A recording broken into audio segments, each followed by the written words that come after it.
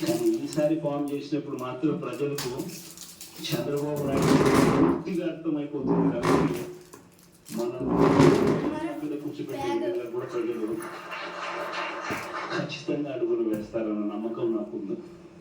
ఎందుకంటే ఈరోజు ఒక వైపున ఇచ్చిన హామీలన్నీ కూడా పక్కకి వెళ్ళిపోవడం అన్నది ఒక ఆస్పెక్ట్ అయితే, రెండో ఆస్పెక్ట్ ఏంటి అని అంటే ప్రతి వ్యవస్థ నిర్వీర్యమైపోయింది.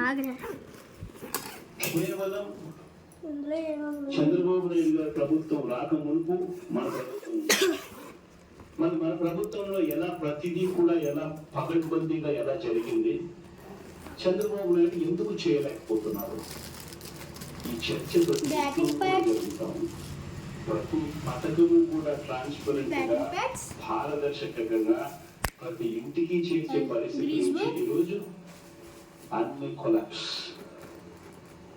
కేవలం 9 నెలలు. ఒకవైపు వ్యవస్థ కొలాప్స్, మరోవైపు చూసిన స్కామింగ్. ఏ గ్రామంలో చూసిన బెడ్ షాపులు ఎమ్మెల్యే దగ్గర నుండి ఆక్షన్ పాడిస్తా ఉన్నాడు. 2 లక్షల 3 లక్షల అని ఇష్టం. 6 లక్షలు కట్టుకొని పోలీసులు సపోర్ట్ చేస్తారు. దగ్గర నుండి మద్యం అమ్మేట్టుగా ఎంఆర్పీ రేటుకు వాళ్ళు కొనుక్కుంటారు. ఎంఆర్పీ ఇలా ప్రాఫిట్ చేసుకొని వాళ్ళు చేస్తారు.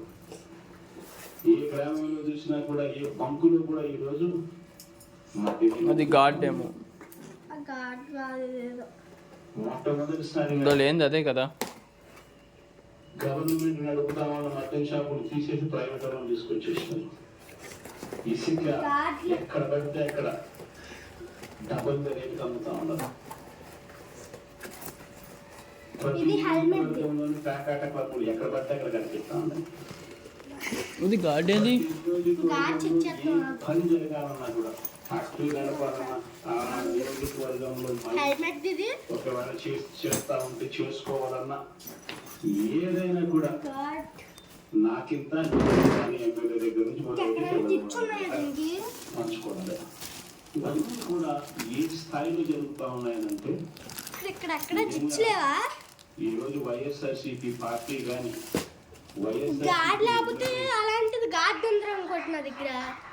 మీ దగ్గర ఉండడం కాదు, ఇందులో గాడ్ కూడా ఉంటది కదా.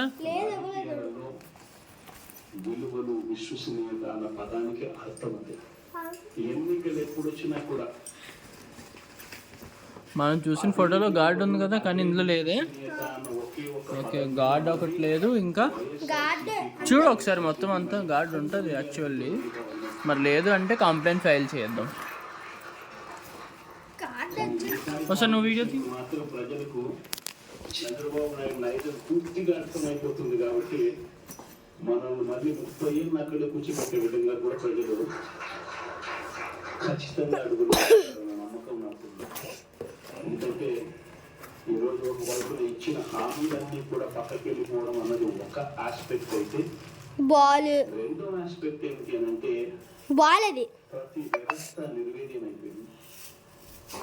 కేవలం చంద్రబాబు నాయుడు గారి మునుపు మన ప్రభుత్వం ఉంది. మన ప్రభుత్వంలో ఎలా ప్రతిదీ కూడా ఎలా పకడ్బందీగా ఎలా జరిగింది, చంద్రబాబు నాయుడు ఎందుకు చేయలేకపోతున్నారు. ప్రతి ఇంట్లోనూ కూడా జరుగుతాం. ప్రతి పథకం కూడా ట్రాన్స్పరెంట్ గా పారదర్శకంగా ఇంటికి చేర్చే పరిస్థితి నుంచి కేవలం 9 ఒకవైపు వ్యవస్థలన్నీ కొలాప్స్, మరోవైపు we don't find the guard in this pack. We may raise complaint from this.